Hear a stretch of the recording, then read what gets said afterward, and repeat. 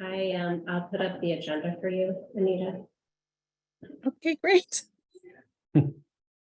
Ooh.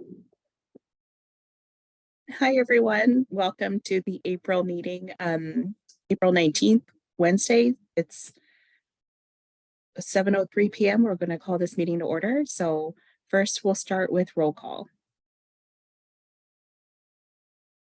Do I call everybody? Just the people who are here, right? Call everybody, just in case somebody new comes in. Okay, Andrew. Chris. Here. Mary. Here. Pat. Here. Anita Tanini. Here. George. Allison. Charles. Bill. Here. Karen. Daniel. Jerry. Chuck. Here. Joan. Stephen. Jane. Here. Jim. Ron. Stephen. Katerina. Anita. Chonakaran. Here. Darren. Here. James. That's it. Great, thank you. So next we'll go to the minutes from our March 15th meeting. See if anyone has any questions or comments. If not, we'll take a motion to approve. I do have one comment. Sure. My first name is spelled incorrectly. Good catch. Oh my gosh, wow. It's the first spelling, just one L. What's the 2 L spelling? I don't know. That's a Is it? conglomeration of a lot of them. French again. Just adding to the years. French LL. again. I actually made an edit. We did not meet in person. We met on Zoom only. As Leslie had originally written, I thought I was wrong. Yeah, So, well, that's a lot, because I remember that because I showed up here and I'm like, the door is locked. I think this is just Zoom. I was just like, well, all Oh, that's right. good. I thought it was bad that I was zooming in at the 11th hour. All right. it was on Zoom completely. So I made that edit. Thanks. So get a motion to approve as amended, unless there are any other comments or questions. So moved. Second. Thank you. I don't know who I don't know who they were, but thank you. Okay. Jane So moved and Chris seconded. thank you. So we'll do a roll call. Chris. I. Pat. You need to call me because Andrew's not here. Oh, okay. Mary. Pat. Bill. Yes. Chuck. Chuck. Aye. Jane. Aye. Anita. There are two Anitas now, I think. Oh, I'm Anita. sorry. Anita Chakaran when? Oh, aye. I have to call Darren. Yes. Only one. Okay. And Darren. I'll abstain. I was not there. Okay. Thank you. Thanks.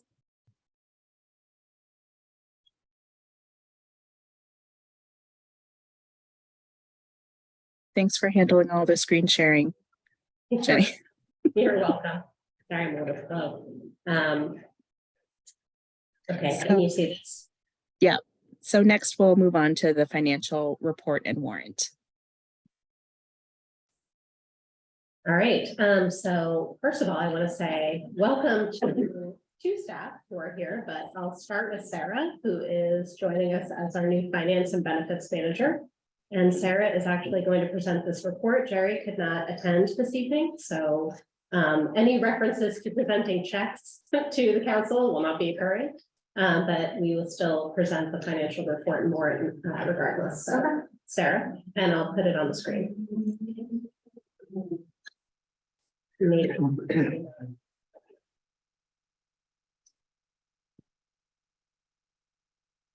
Can you see that? Yep. Yes, great, thank you. Go ahead. Okay, hi everyone, my name is Sarah Paz. I am the new finance and benefits manager. I'm very excited to be here. Nice to see everybody. So, yeah, we're gonna start there. So, the payments that we are presenting for payments, you can see, I had to cut 2 checks earlier in April to cover our rents and our medical and dental insurance. And then with me here, and as Jenny just covered briefly, we have another set of checks totaling the 16,466. Our anticipated expenses from now until the meeting that we will have in May have a combined total up to the 51,190.65. And we have 2 payrolls coming up. One will be April 27th and the other is May 11th. But we also have a soon to be retired employee, and that final payout to them rounds that to 109 for total payroll expenses from now until our next meeting. As far as our revenue, what has come in, we received the Mass DOT February invoice in the amount of 85,363. And that's all I have at this point. Can I answer any questions?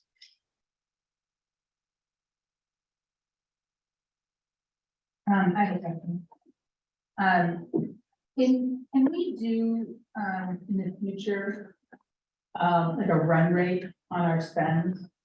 So what different accounts are doing in terms of, you know, 3/4 of the way, 3 years, so you're 75% spend on a particular account, how that's going Yeah, over the course of the, you know, period of budget. yeah, sure, absolutely. Not to add on, I don't want to add on, but food for thought. It's, You know. it's something that's tracked outside of this anyway, so it's just a matter of incorporating that with this. Yeah, we can do that. Yeah, absolutely. Great. Any other questions or comments? Motion to approve. Oh, I just want to note Steve Amelis actually joined. Oh, great. That was actually Steve. Oh, okay. Just trying to get my video up.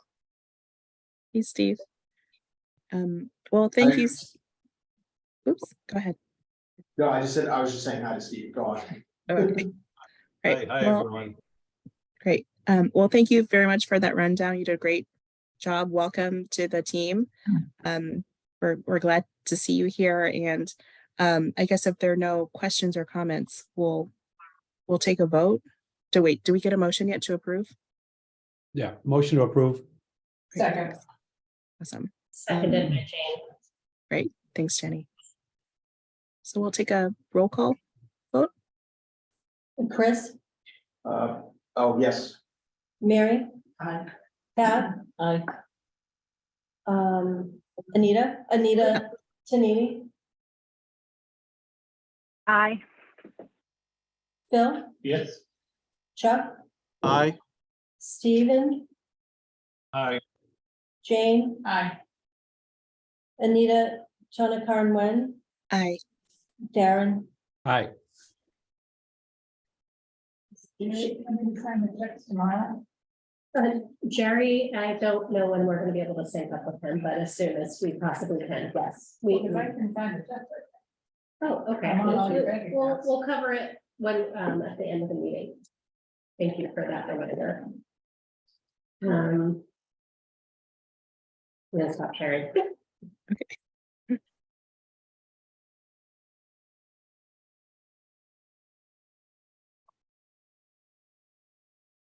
Great. So on to Jenny and the executive director's report. Yes, and before I share the screen again, first I want to say thank you to Anita. You, Anita, Dr. Wen, for everything that you've done for this organization. This is, as I believe, this is your last meeting with us tonight. So I just want to say thank you for all the support you've provided to our agency and to the council. It's really phenomenal, and it's a big loss to not have you with us any longer. So I will certainly miss you and your support. And just again, want to thank you for your service to the town and also for your service to the region. And I hope we get to cross paths in the future, of course. Great. Thanks, Jenny. So I guess if folks, I think most people are aware, but my term ends at the beginning of May. So this is my last meeting with the council.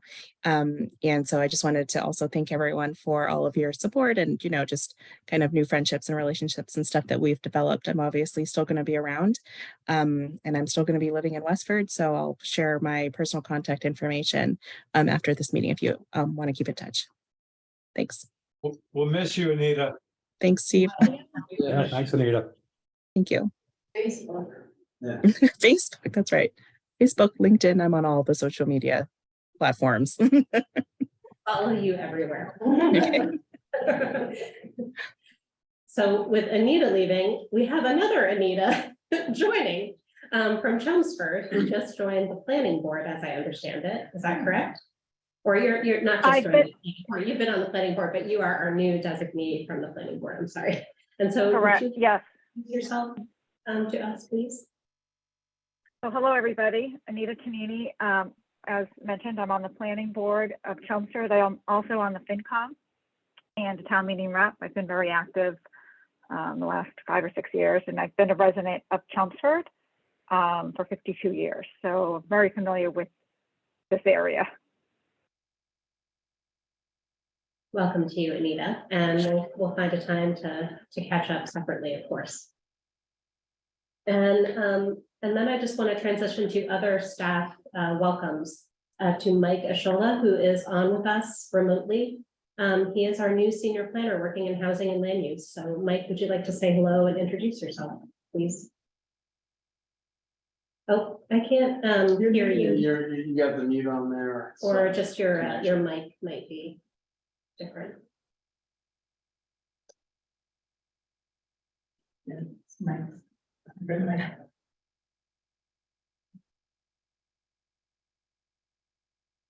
Nope, not yet.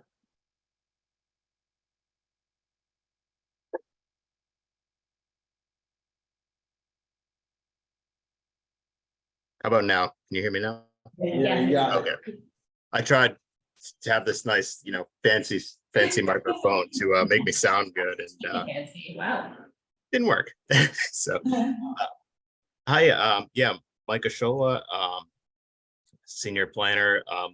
Really excited to join this team. There's a lot of really great projects going on, and it's been a whirlwind couple of days getting acclimated to the role and the new communities. But I'm happy to be here and looking forward to working with all of you. Welcome, Mark. Welcome. Welcome. Great. Welcome, Anita. Sorry. And yes, Anita.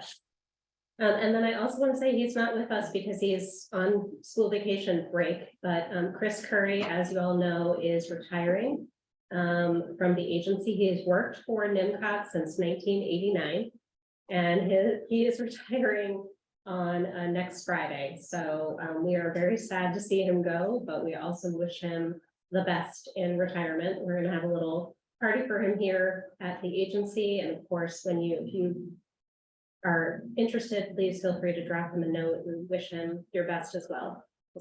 He's done so much for this agency. I don't know everything, of course, because it's been many years and decades of service, and particularly critical to the Lowell Regional Transit Authority, where he actually will be continuing to serve in a part-time role there, helping with their drug and alcohol program, which is sort of a continuation of some of the work that he had been doing while here. So I just want to say thank you to Chris. I know he's not here, but still, for his service to the agency and to the region as well. And for anybody else, open to anybody else to say some words for his service.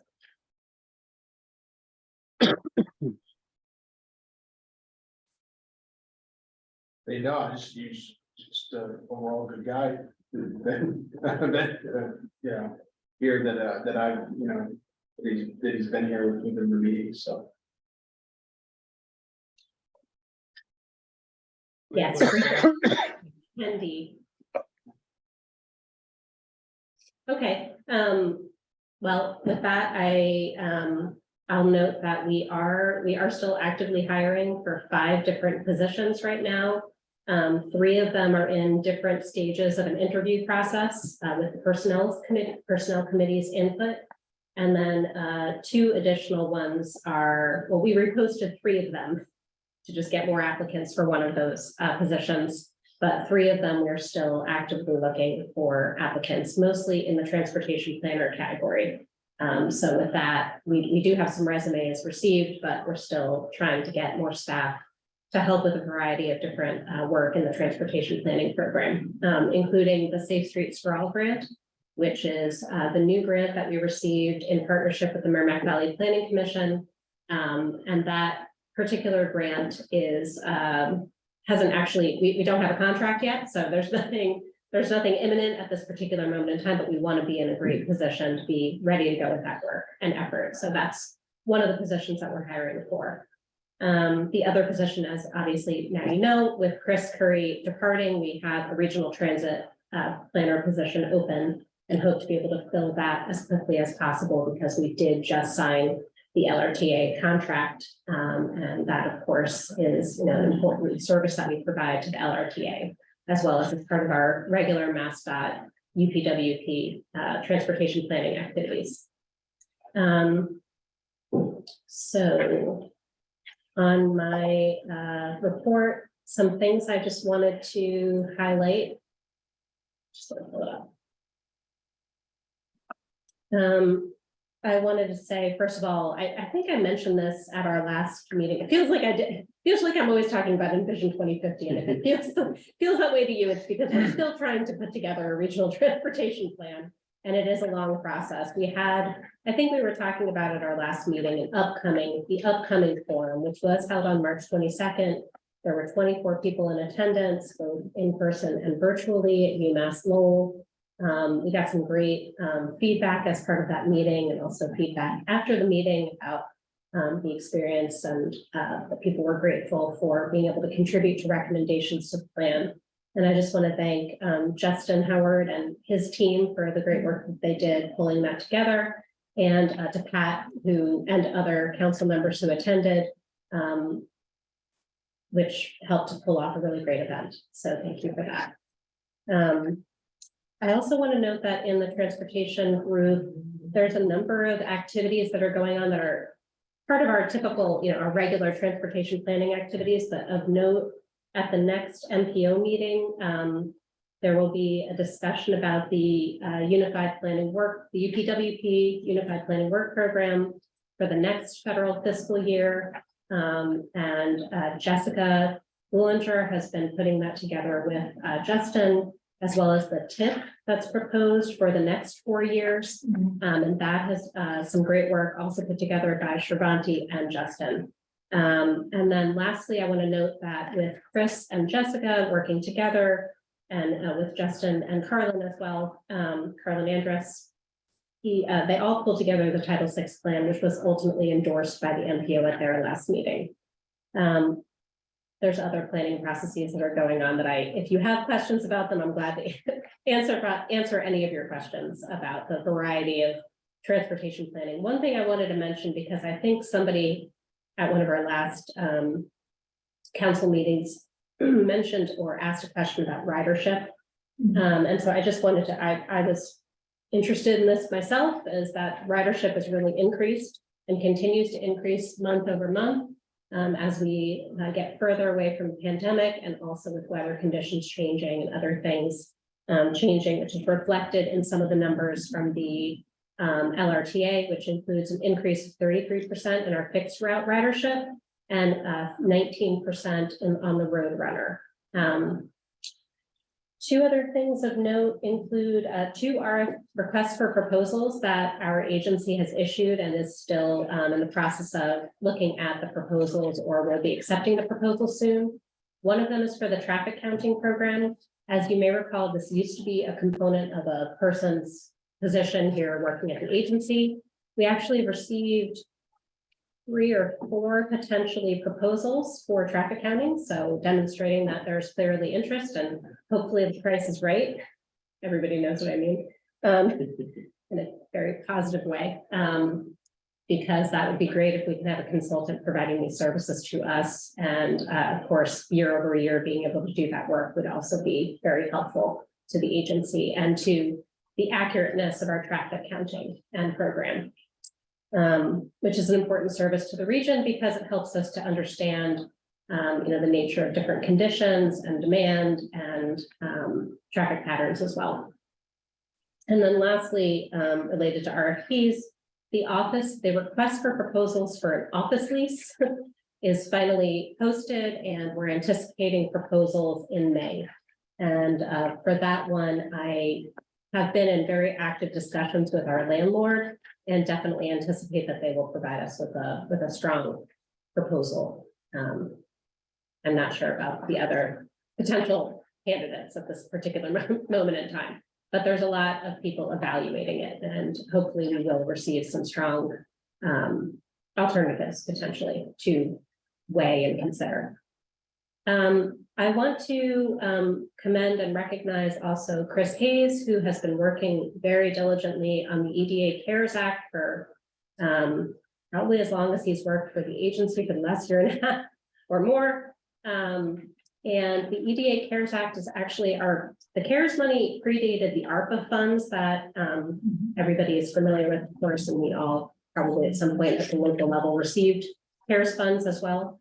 This agency receives the CARES funding to do a variety of different types of recovery and resiliency planning, including the Regional Economic Recovery and Resiliency Plan that you all endorsed many months ago. That also included some additional scoping work and studies that we hope will lead to more greater or deeper efforts in these 3 particular categories. One that I'm just going to highlight, and then I'm going to mention something in a little bit more depth because it might be of interest. The first of them is the sewer and wastewater existing capacity and opportunities study. The next one is about workforce and labor studies scoping, developing a better scope and understanding of the shortages that we're facing and why rather. And then the third one is a regional tourism and marketing report. With Chris leading these, he's also pulled together committees and been working with different groups as best he can to try to best understand the conditions and the nature of the situation and what, if anything, NMCOG can do to advance these issues in the future in a positive way for the region. One that I wanted to note in particular, though, which gained some traction and had a report out at a recent meeting, is the sewer and wastewater capacity and opportunities study. This one actually was presented and shared with the Northern Middlesex CEO group a couple of weeks ago and presented by Daniela Garcia Moreno in a really in an expert way, which was both educational and also engaging. And educational in that we all learned a little bit about wastewater in our region. And we also learned about what we need to do in order to solve some of the issues and some questions that we need to ask. And so I think it was a really good starting place for what I see as potentially NMCOG playing a bigger role in helping to address this issue, because if we don't, it has a fairly significant impact in some of our communities on future growth scenarios. And so we're particularly interested in this one. And so I want to thank both Chris and Daniela for their work on this, and particularly Daniela for her presentation. Most of you also received, or may know about, if you didn't receive it, an email noting that the Regional Digital Equity Initiative planning grant application was filed by the city of Lowell. And what that meant was that there is an opportunity to move forward, and hopefully all of your communities will choose to work with MAPC because they're technically the lead vendor in this partnership with NMCOG. We are not listed as a vendor, but we are absolutely in partnership with MAPC providing these services. It's exciting to note that we got all 9 communities to sign on. And I'm really hopeful that we will be a part of it. If we're not, I understand it's okay. I'm just excited that you all are committed to something that I think is really important planning process and ultimately beneficial for both your individual communities and of course the region. So I have a question on that. Yes, of course. So if it's a, Stop me at any time, by the way, please. if it's a regional, application, Mhm. is it just, one contract then, or does each community do a separate one? It's one contract that the city of Lowell as the lead applicant enters into with the vendor. And that vendor is NAPC. So So then NAPC provides the services to the region as part of the design. What has been proposed, as I understand it, based on the application that was submitted by the city, is that there would be a regional plan process, but there would also be individual community charrettes, which would produce some, some set of results and directives and, recommendations that would then be folded back into that larger regional process. So Okay, that's, but so Lowell would choose MAPC, is that how it would work, or MAPC would be available for? potentially, yes. Okay. Yeah, NMCOG and NMCOG have been working together on this, so it would be, if you get MAPC, you get NMCOG Okay, as well. It's just that we're not in the lead. Kind of similar to the Safe Streets for All grant. In this particular situation, that's why we decided not to be a lead vendor, just to be a support. And also because MAPC has provided this type of digital equity planning assistance to other communities in their region, and we want to learn from the work that they've done. And we also want to better understand kind of what role NMCOG might play in this arena moving forward. What we do know we can do is we can facilitate meetings and gather information and gather people together and report out results. So that's why we're participating primarily in the community charrette process. okay, Whereas MAPC will probably participate more in a bigger picture level with us, but also in a more technical manner, where it is digital equity. So it's a very, very particular part of planning and planning activities that we don't necessarily engage in typically. So you have something to learn from MAPC as well in the process. Okay. So what else I have on my list? Oh, I wanted to note that some of you also are frequently interested in the stormwater collaborative meetings. There is another one coming up. We're collaborating with MVPC here again for a joint stormwater collaborative meeting to discuss PFAS, and that's going to be on May 8th. It's also with including the MMA. Some of you might know that the MMA has issued a lot on this particular topic. They also hosted a webinar. So we thought it would be interesting to engage Josie and hear from her about sort of both her expertise in this area and also to kind of help us to understand what we can do differently related to our stormwater work. Is it gonna be virtual or? It's a virtual meeting. Yeah, it's completely virtual. And the last thing I wanted to note is that this is just Carlin is not here, also away for school vacation week, but thanks to Carlin for his extraordinary work. In addition to his regular work, he also helped us both procure the new server and coordinate the server migration and complete the server migration. And it is all great, and there were very minimal disruptions to staff, but nothing, of course, was lost in the process. So hooray for Carlin and the service to our agency and to also our new functional server. So wanted to shout that out. And I think with that, I'm going to stop there, and I don't have any other updates. I'm open to any questions from any of you though. Yeah, Jane. Yeah, so a couple of things. The at-home and greater Lowell regional housing strategy. Can you Yes. talk a little bit about that. Sure. That'd be great. Okay. I'm gonna just put it on the screen.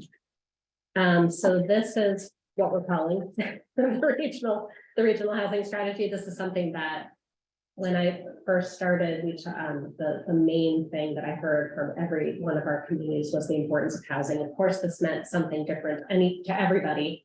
And it's particularly acute at the local level, but I also recognized in those conversations and in partnership with all of our communities that we don't really have a regional housing strategy or any regional strategy that speaks to how to address housing. And this comes up frequently also in our local planning technical assistant work as well. So in conversation with the Lowell Plan, the Greater Lowell Community Foundation, Middlesex 3, and even other regional partners, we've been talking quite a bit about what it would look like to do regional housing strategy. And so NMCOG has been taking the lead on just trying to, at the minimum, scope the project and figure out how much it would cost. So we also engaged UMass Donahue Institute to get a better understanding of exactly how much it would cost to do a very deep dive regional data analysis and understand, and bigger picture process, and tried to combine it all into what ultimately became a couple of requests. One, an initial expression of interest through the One Stop for Growth program, which as a regional agency we can apply for, not in competition with our communities. As a separate regional agency, we have the capacity to do that. And two, to the Greater Lowell Community Foundation as part of their regular, discretionary grant program process. And we haven't heard back from the latter, but the former one invited us to submit a longer application, which we plan to do. And so it's really in the beginning of the process, but we see it as an opportunity to do everything it says here, to really set forth a broader vision for the region, to set some goals, some benchmarks for growth, and also to do things that are a little bit different, like collecting and sharing some stories about people's experience being at home in Greater Lowell or not at home in Greater Lowell. And of course, recommendations to move forward through both consensus building and public education strategies. Well, I love that. So thank you for that. And thank you to Chris Hayes and Jessica Bullinger also for their work on this. Also, the At Home in Greater Lowell Children League. That's Chris's name. So, what part of this work will include addressing the unhoused population? I mean, I think a portion of it for sure. We certainly have forgotten the importance of the unhoused population, and it would be for needing to increase housing, a diversity of housing types, and that includes for extremely low income or unhoused. We have a political problem that's growing in the region. And I don't know if it's efficacious to have conversations at this table where everybody in the involved communities are sitting around the table. But I would ask that we would run that by Andrew and you for a potential conversation about homelessness in the unhoused population in this group. As sort of an open, general, supportive conversation about this work that you're doing and what the political problem is. You don't want to create between the communities if we can avoid that. Because what I'm hearing, a lot of people that are, on the ground level in a lot of places, is not good. So I think it would be, it's a lot of conversation to have. I know you're talking with the CEOs about that as well. On the sewer piece, Yes. does that talk about combined sewer overflows, that problem? It did mention that as being one of the issues that needs to be addressed. Yes. Okay. And so we pull our water off the Merrimack and we use the Lowell facilities, so in Twister. So it's an important topic. It's the Merrimack and also the Concord. Yeah. Both of them. Yeah, thank you very much. You're welcome. Are there any other questions? Anita, I don't see any other questions from anybody on Zoom. Anybody else in the room? Great. Thanks, Jenny. Very thorough director's report as usual. And you could just keep the screen as is because I took a peek at the agenda. And I know that the next item is the community exchange. So does anyone have anything that they want to share about their community? Hear me? Yep. I said, can you hear me? Yes, we can. Do you want to share about your community while you're at it, Steve? Yeah, I got my phone with the video and I'm looking at the screen for my audio. So, yeah, we have town elections coming up April 24th in Pepperell. We have a contested race in the Board of Selectmen, and we also have contested races in the school board. Should be an active election Monday. And then on May 1st, have an annual town meeting. And we have, actually for Pepperell, we have 26 warrant articles. That's actually quite a lot. But one of them, the most important, I think, is proposed public safety complex. Pepper's looking at getting the taxpayers to foot the bill for. It's projected around $30 million. And of course, for a fire, police and communications department. And they figure it'd be probably around $220 per year per household to foot the bill for the public safety complex. So that's probably one of the more important warrant articles for May 1st. And basically that's it. Thanks. So Westford has local elections coming up too the first week of May. Darren is running for re-election, so wish him luck. Not contested, but still. Never know. I know, that's right. And we actually have a couple of items on our ballot as well, which includes a municipal building, which has been shot down, I think, a couple times in town meetings, and also I think on our last ballot. But we're gonna try one more time this May, and I guess we'll see where it goes from here. Library, Anita? What is that? No, it wasn't a library. It's 51 Main Street. It's like it's tearing down an old fire station and building a municipal building, which would just house a lot of staff, kind of bring people together, have a larger meeting room. And so it just keeps getting shot down though.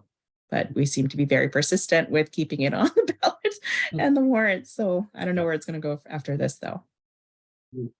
Depends who shows up to vote. So. Right. That's right. And I don't want to pick on you, Pat, but do you want to talk about the Chelmsford's election? I mean, it was just overwhelming, you know, as far as the winner, the winning candidate on the select board race won by one vote after the recount. Yeah. No. One vote. Wow. So, Yeah, I mean, and that was out of a total of 3,300 votes. And they say your vote doesn't count. Your vote counts. Right. That's remarkable. Yeah. It's been a lot of, like, I think there's a couple one vote elections too, and Yeah, state rep. that Yeah. had the state rep ones too, so. Reading's doing a recount as well this Saturday. Oh, And yeah, and so it's a selectman three-way race. Somebody lost by 5 votes. New person, the incumbent doesn't want the seat anymore, he wants to quit, he doesn't want to do it anymore, so the person who lost is doing the recount, hope that we can overturn the election. And then a library trustee who does not like drag queens, lost by 500 votes here and is challenging the election because oh, wow. our four-term clerk is just like really. Yeah. Yeah, the official vote count in Chelmsford was a 6-vote difference, and then after the recount, it was down to 1. Wow. Just because, you know, some of the absentee ballots, they're hard to read sometimes, so. Well, yeah, because when you sign off on it, there's a mark on the ballot, the machine, they just read it. And so when you Exactly. hand count, you can take the intent of the Yeah. voter. So, but it's worthwhile. Yeah, it is, yeah. More people should follow local elections. It's exciting. Well, it can be depending on, we only had one kind of competitive race, really, that was the school committee for Borica's, and that turned out, I think it forced our superintendent, and assistant superintendent to leave, even though the results were probably, the people that got elected were actually very probably favorable to them. They were at that point, I think we're just done with it, so now we're gonna be looking for a new superintendent and assistant superintendent. Regarding planning, I think it's article, you're getting the articles mixed up, but it's there's 2 articles. One's for creating some affordable housing in Borica, Wild Crest Drive. And we also have an article, I think it's around $65,000 for Barrett planning group to kind of look at our zoning, and they already have done they've already done like a recommendation in terms of like where our areas in zoning are weak, but now they're just their recodification. They're gonna kind of go look at it and give us a much more comprehensive changes that they recommended, and also organizing it, because our zoning, if you look at our zoning, it's got 19 different sections, and it looks like it's a I would say a very, Yeah, it's just, it's not a very friendly, document. I've read through it quite a bit, and it's just like, sometimes it's just like, I understand why everyone comes with it, even an attorney essentially, you're there, you have to reread stuff about. Sometimes a lot of it we just have the state's general kind of like, listed. And, anyway, there's some problems that we would like to fix, and so that will pass town meeting, and that process go forward. So. I have a bit to say, well, first, before I forget, I listened in, I didn't participate, I was a worker. For Daniela's stormwater presentation, because it is truly above my head. And she was remarkable. She was a great moderator, facilitator. She did a great job. Some of the speakers were very knowledgeable, but at a level that but we have one of the engineers who's a stormwater person, and she attended it and was very impressed by it.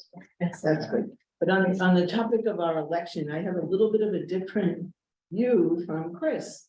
And that is that our town clerk of 32 years. Oh, yeah, wow. Retired. How could we forget? I literally, no, I just, no, it's because like. Well, there was. Yeah, Donna, no, and Donna was good, Donna. It's my dime now, Chris. But my point to it is, there were no, the selectmen's race was 2 people ran, 2 people got elected, they were incumbents. The town clerk's job had 2 unbelievably capable women who faced off, and it was a very good election, and we would have been fortunate to have either one of them. So Donna McCoy, who had served previously as one of the people in that office some years ago, was elected, and it's pretty exciting. But the thing we disagree on the most is that the superintendent and assistant superintendent did not leave because of the election results.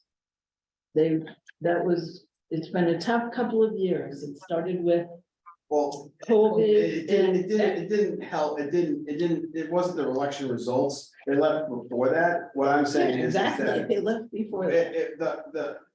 The harassment that they received before the election happened was probably the last straw that broke the camel's back. Yeah, it's been a tough couple of years. It started off with anti-mask, so, it's been a terrible year. The finance director left a few months ago because she spent half of every day doing public records requests, and it's terrible. And the superintendent, who's great, did his budget with the finance committee last night, last act with us, and we'll miss him a lot. And the assistant left because she's the assistant. She has a PhD, and it was time for her after 5 years to seek a superintendent's position, which she got in Belmont, which is also where she lives.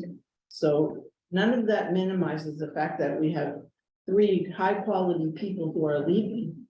And if anyone knows any wonderful superintendents looking for jobs, but we'll probably do an interim for a while just to get there. But anyway, it was an interesting. That's my speech. Yeah, well, thanks for the Billerica updates. I mean, it seems like there's change everywhere, right? Everyone's leaving, retiring. So definitely workforce issues are kind of across the board. Without a doubt. Any updates from Drake yet?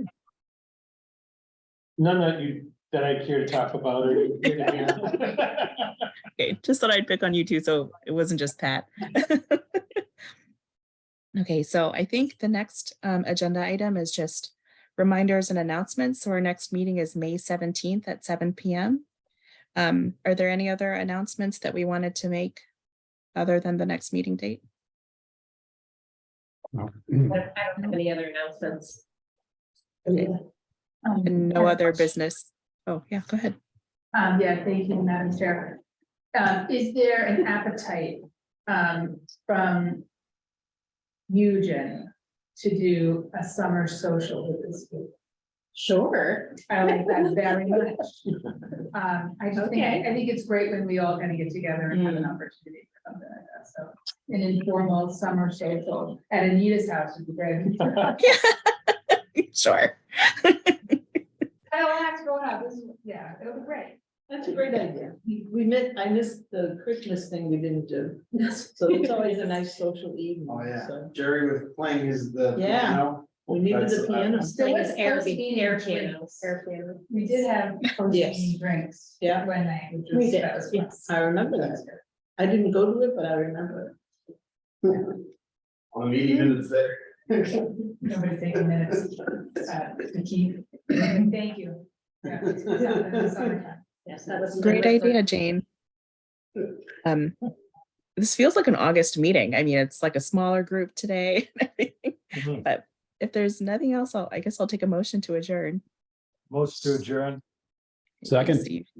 Second, right. All in favor? We'll just raise our hands this time. Aye. Okay. Aye. Great. Thanks, everyone. Have a good Thanks, night. Anita. Good luck. Thank Thanks, you. Anita. Bye. Thank you. Thanks. Bye, Anita. I'll talk to you soon. Bye. Leslie, is there a way since I'm here that I can just sign the minutes? And you Yes, won't have to go. That would be great. I